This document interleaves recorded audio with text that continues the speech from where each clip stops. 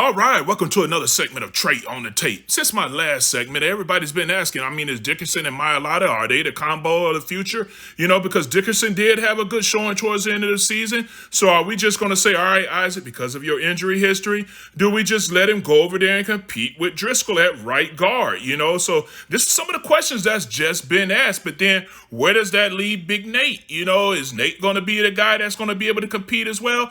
But I also have a question. Who's going to replace the Kelsey? Who's going to replace him? Because that's another question that we need to factor into his. In the Chicago Tribune, Jimmy Johnson said the notion of a player not losing his job because of injury was started by injured players. Once a player is healthy, he gets his job back if he's the best player.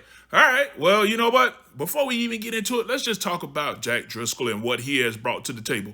One of the things I like about the young man is his versatility and how he can bump out there to tackle, which could be needed depending on where the lane is. Okay, so now, here we go. Let's just take a look at him more at guard because that's what we're going to be talking about more. This rep right here against Tampa Bay was nice. Let me just show you this again. All right, so here he is at right guard. And if you don't know who the right guard is, then you probably should stop this video. But look at him right here. Staying in balance against Sue.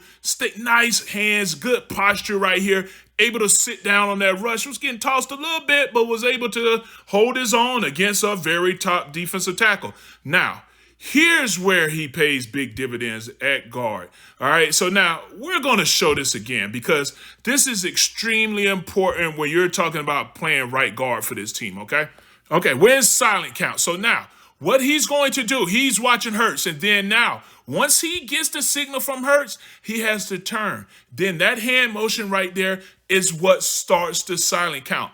Every right guard has to be able to do this in this game, in this team, and the way this team operates is silent count. It all starts with the right guard. He is the one that's going to look back, and then once he gets the signal, he's the one that's going to tap. There it is again. That's one of the things that I think makes it difficult at right guard. Now, everybody that stepped over there has handled this job well, being able to look back, and then you just have to trust the calls that are made. Because just take a look at this next one here.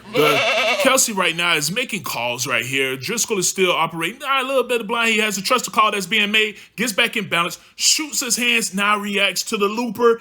Excellent job right here, giving Hurts time to get rid of the ball. There are several more clips that I could pull out of Jack and just what he's done, but we're just going to keep pushing through it because just like Isaac, his season has been cut short due to injury as well over the past couple of years. So, when you're talking about competing at a position, both of these guys have a lot to prove. But now let's just talk about what Big Nate brings to the table as well. Someone that's been serviceable, that can play some center. But here we are checking him out at right guard. So here we are sliding left, air traffic control, keeping everything under control here. Boom, get out of the way. You don't want none. Here we go. Boom. There you go. Shoot these hands. All right, hold on. He's running away from me. All right, that's it. I'm done here. All right, but that's all right. He did a lot at the beginning of the play, and that's what's important. All right, so here we go. Now here he is at right guard again. Now he's going to come off. Boom. Good movement right there.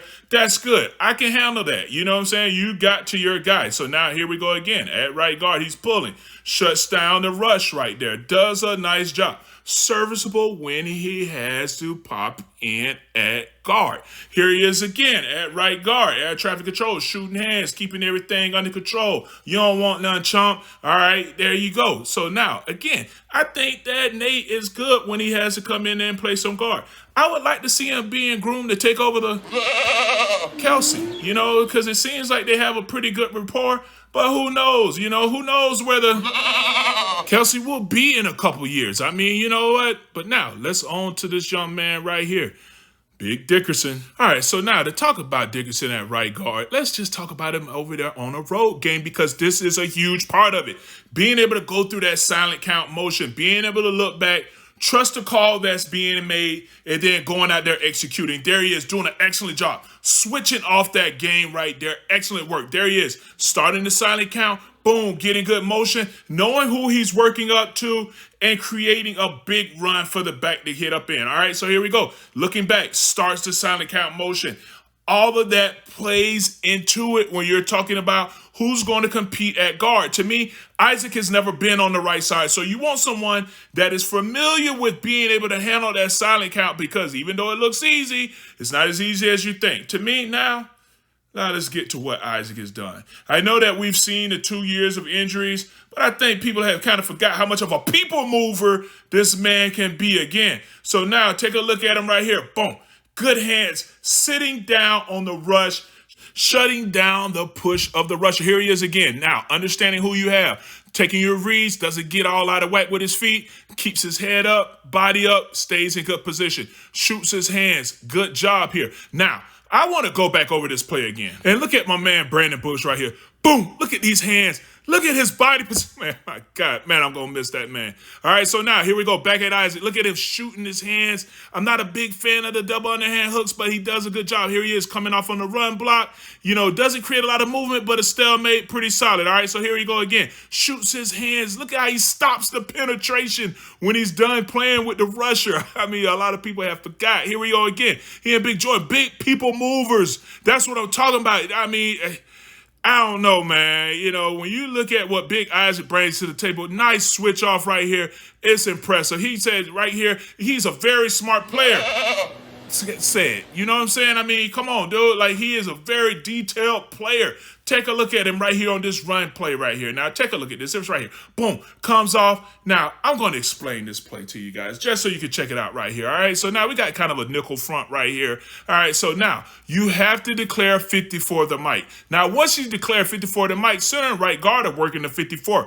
Now, Isaac and Big Jordan, they're working to number 51. But watch what happens. He keeps that edge right there. Then he comes back to his guy, which springs him for just maybe a couple more yards. Very headsy play. So now look at him. Kelsey right here just about to go out here and put hands on somebody. Boom.